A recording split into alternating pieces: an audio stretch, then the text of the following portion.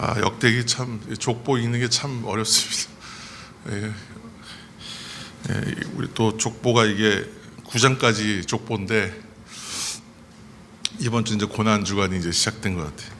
자, 우리말로 이제 역대상, 역대하, 이제 역대기라고 이제 불렀는데 이제 히브리어로 이제 구약 성서의 제목은 좀 다릅니다.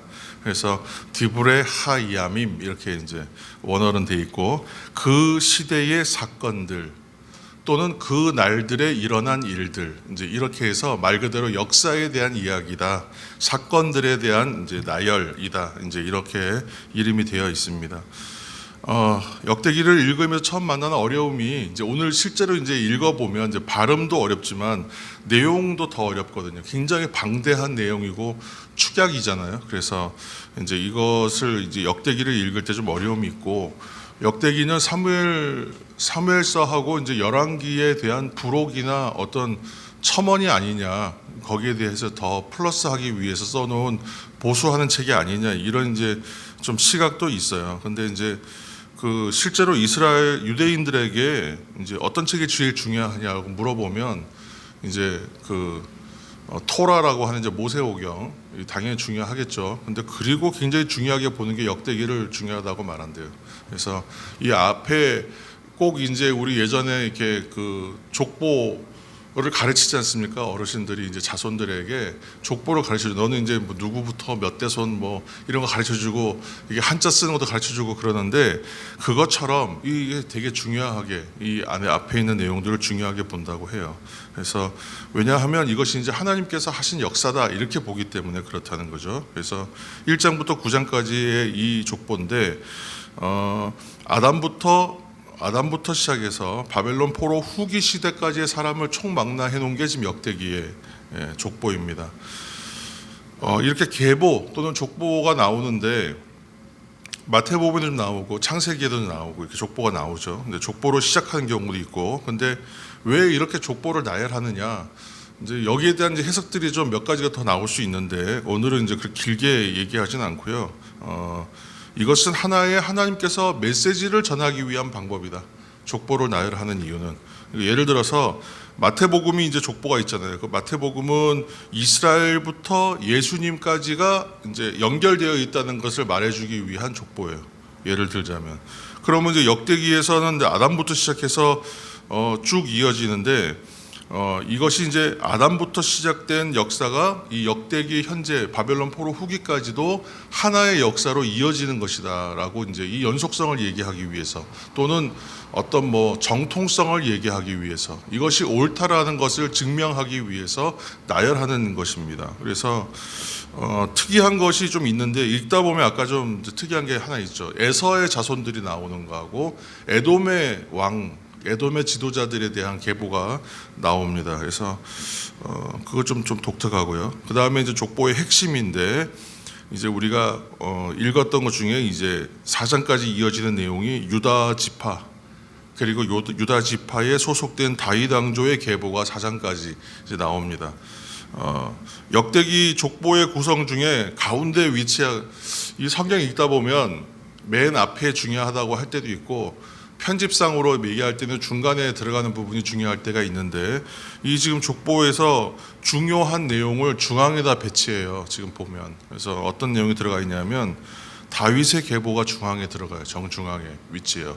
그리고 역대기 전체를 읽어도 다윗과 솔로몬에 대한 이야기가 엄청난 비중을 차지합니다. 역대기가 총 63장인가? 그런데 그 중에서 거의 한 29장인가 30장 가까이가 그 다윗과 솔로몬에 대한 이야기예요. 그만큼 굉장히 좀 중요성을 강조하는 포인트가 분명히 있습니다. 편집점이.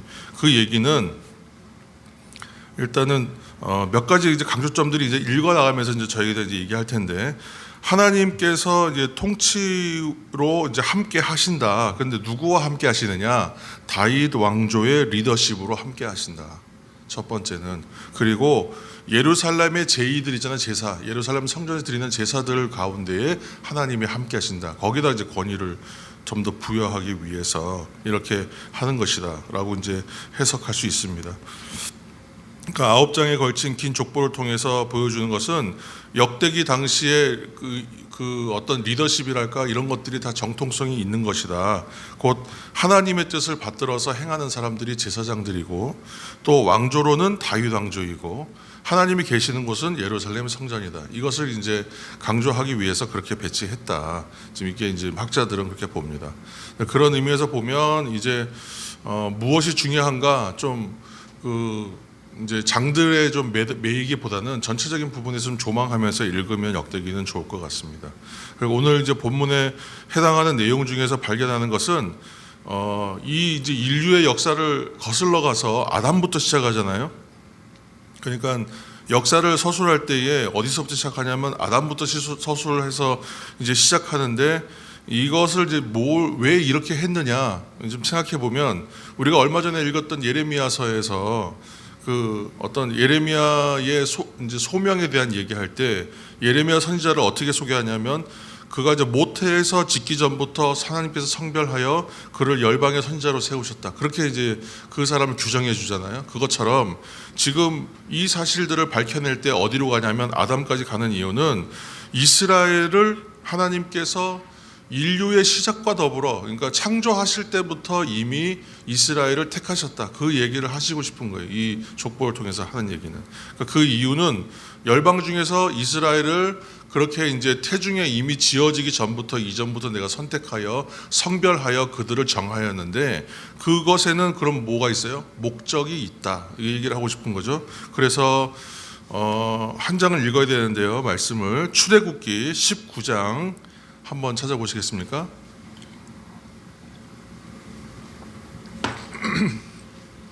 출애굽기 19장 5절과 6절 말씀.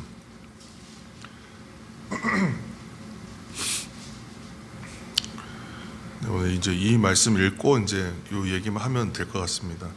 출애굽기 19장 5절에서 6절 말씀 우리가 한번 함께 읽겠습니다. 5절 세계가 다 내게 속하였나니 너희가 내 말을 잘 듣고 내 언약을 지키면 너희는 모든 민족 중에서 내 소유가 되겠고 너희가 내게 대하여 제사장 나라가 되며 거룩한 백성이 되리라. 너는 이 말을 이스라엘 자손에게 전할지니라. 그러므로 하나님의 택하심은 이 지금 얘기가 그런 거예요. 그러니까 하나님의 택하심은 어떤 한 사람들의 유익함을 위해서 택하는 게 아니에요. 한 민족의 유익함을 위해서 택하시는 게 아니에요. 하나님께서 어떤 교회를 세우실 때 그 교회의 유익함을 위해서 세우지 않는 것처럼, 그죠? 그 교회 하나 잘 되라고 하나님 교회 세우시는 거 아니지 않습니까? 그러니까 한 사람의 성도가 성도 되어서 하나님의 사명자가 되는 것은 그 사람의 유익을 위해서 하나님께 세우시는 것이 아니라는 거예요. 목적이 있다. 이스라엘을 왜 택하셨습니까? 목적이 있으시다는 거예요. 이스라엘을 통하여, 한 민족을 통하여, 한 개인을 통하여, 한 교회를 통하여 자신의 유익을 넘어서는 큰 목적이 있으시다. 하나님은 그 목적에 따라 선택하셨다는 거예요. 그러므로 오늘 이제 뭐 이 역대기에 있는 족보에 대한 이야기도 사실은 뭐 풀어낼 것이 그 나름 많이 있습니다만 오늘은 이제 한 가지 얘기를 하자면 내가 하나님의 택함 받은 사람으로서 어떤 특별한 은사와 능력 받았던 것을 자랑하던 사람들의 얘기를 많이 봤어요. 저도 한때 그런 부류에서 자유롭지 못한 사람이고 내가 하나님의 특별한 은혜를 받았다면 이게 되게 자랑하고 싶은 것이었단 말이에요. 그리고 이제 내가 하나님 앞에 특별히 부름받고 특별한 간증이 있고 막 이러면 내가 하나님의 특별한 사람이라는 프라이드 때문에 이게 막 자랑하고 싶었어요. 근데 그 안에서 발견해야 될 것은 뭐냐면 그것이 나의 유익을 위하여 부르신 것이 아니라는 거예요. 성숙을 향해서 가면 목적이 있다는 걸 알게 돼요. 목적이 있다는 걸. 그리고 그 목적으로 쓰임받아서 그것이 열매를 맺을 때 더 보람이 크다는 걸 알게 돼요. 내가 기쁜 것으로 끝나면 정말 안타까운 거예요. 거기에서 더 나가야 되죠. 그래서 특별한 은사와 능력을 받았다는 것은 나의 유익이 아니라 하나님의 목적을 위하여 또 세상을 향한 이웃을 향한 어떤 하나님의 그 목적을 향한 섬김과 헌신을 위하여 부르셨다. 그러니까 이스라엘은 그렇게 부름 받았다는 거죠. 근데 그 이스라엘이 어떻게 했느냐, 어떻게 살아냈느냐는 우리는 역사를 통해 보고 있죠. 그죠? 그래서 하나님의 뜻과 목적에 합당하게 살면 순종하면 복이요, 축복이요. 그렇지 못하면 저주라고 한 이유가 다 있습니다. 그러니까 하나님의 목적에 합당하지 않으면 기뻐하시지 않을 수밖에 없어요. 근데 하나님의 목적에 합당하게 살면 기뻐하실 수밖에 없지 않겠어요? 복에 복을 더하지 않겠어요? 그에게 뭐 생명도 주시고 복도 주시고 소망도 주시고 그가 구하는 것은 다 주시지 않겠냐 이거예요. 그러므로 하나님께서 우리를 택하셨다, 하나님께 나를 택하셨다, 우리 교회를 택하셨다, 이 민족을 택하셨다 그랬을 때는 하나님의 크신 뜻과 목적이 있다는 것을 기억해야 합니다. 또 그 목적을 발견해서 그것은 나의 사명으로 삼아 우리의 신앙의 방향성으로 삼는 것이 이제 또 복된 방향입니다. 그 길 안에서 하나님께서 우리에게 주시는 뜻을 또한 발견해 가면서 그렇게 계속 하나님의 목적에 합당한, 하나님의 부르심에 합당한 삶을 살아내시는 저와 여러분 되시기를 예수님의 이름으로 축복합니다.